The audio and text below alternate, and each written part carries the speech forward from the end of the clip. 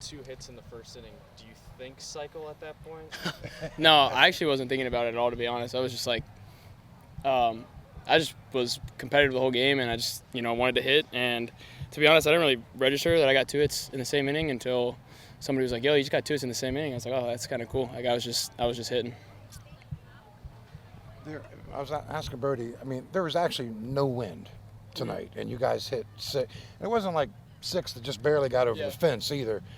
I mean, how does that happen with no wind? I mean, this is not an easy park to hit home runs in. Well, I think the reason it's not easy park to hit the home runs in is because the wind is swirling a lot. Sometimes it's my fault. So with no wind, like it's just a normal park, and so the ball carries and it doesn't get affected, which is we have enough power to get it out to any fields, almost all of us, pretty much all of us. But, when there's wind blowing in a certain direction, it kills homers. So honestly, no wind is perfectly fine with me.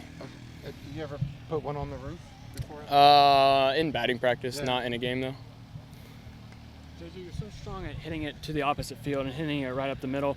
Even in batting practice, you're hitting it opposite field.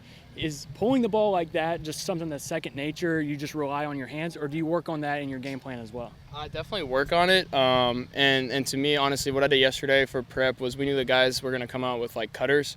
So I set up like cutter in, and I was just trying to work up the middle. Because if you focus on going middle with that pitch in a game, if you're just a tad early, that's the one that you backspin like that. So for me, it's all about just like not really thinking about pulling the ball ever, is just staying middle.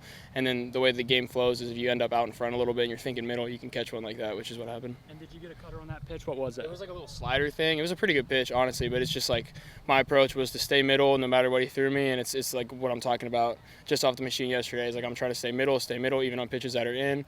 And I told myself, like in a game, if I stay middle and end up a little bit early, that can happen. What do you attribute 9 straight victories at home and the success of this venue to? Yeah, I mean, a lot of it's the crowd. Like, it's a great atmosphere. I mean, playing on the road has been really hard this year across the conference. You see upsets everywhere, and every team has kind of just had it rough. It's tough. Like, the conference is pretty competitive, every team.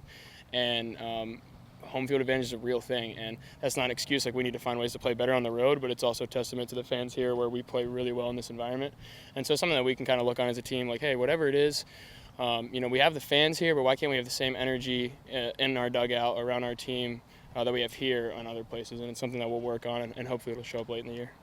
Has it helped you as a hitter to play in the field regularly now? For sure. Yeah, I mean, I think the history of my career is I've DH'd for a little bit, and honestly, like the first 10 games or whatever that I DH, or 5 games, it's usually pretty decent because I'm like, I'm just so focused on hitting, and then it kind of gets to a point where it's like, it doesn't really feel like baseball to me. Like, I mean, part of it, it's one thing that I take a lot of pride in is defensive work, and I think, because of the hitter that I am, sometimes I can get undershadowed, and it's still a work in progress. Like, I'm still getting better at defense, learning a new position, but yeah, it's when you're out on the field for every pitch, like you feel important every pitch no matter what. When you can only hit, it's like you get limited opportunities to make an impact on the game. So I think for me, playing in the field and hitting is what I need to do, and it's when I'm at my best. JJ, this is obviously a big crucial series coming up this weekend. Yeah. It's obviously also going to be Randy's last series.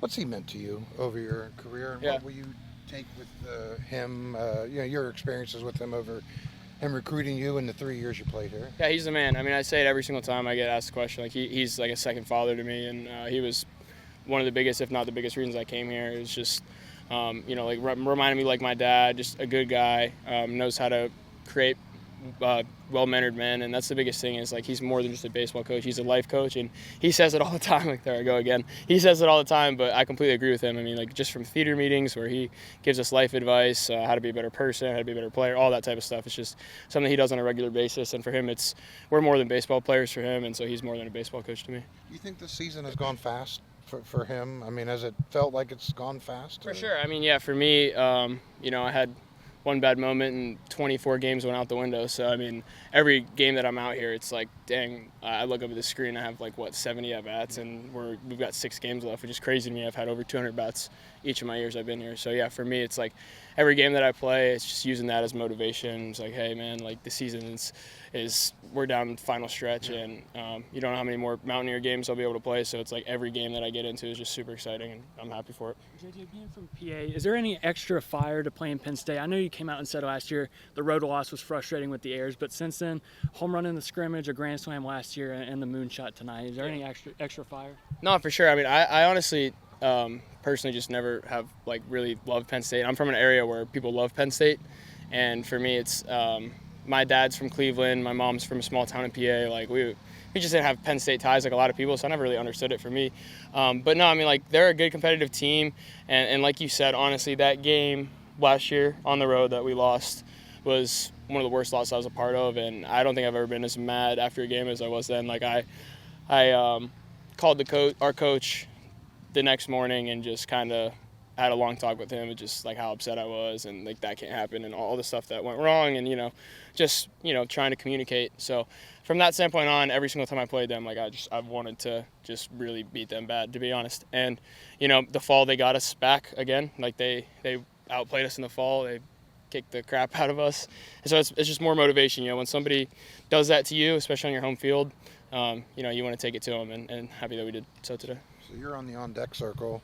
Logan leads the game off with a home run. Is there a feeling at all that, okay, all right, here we go? Or no, I was super happy for him, to be honest. Like that's what we want. You're in the leadoff spot. You can take a gamble with the first pitch swing. It's kind of hard to be on time, and thankfully he was.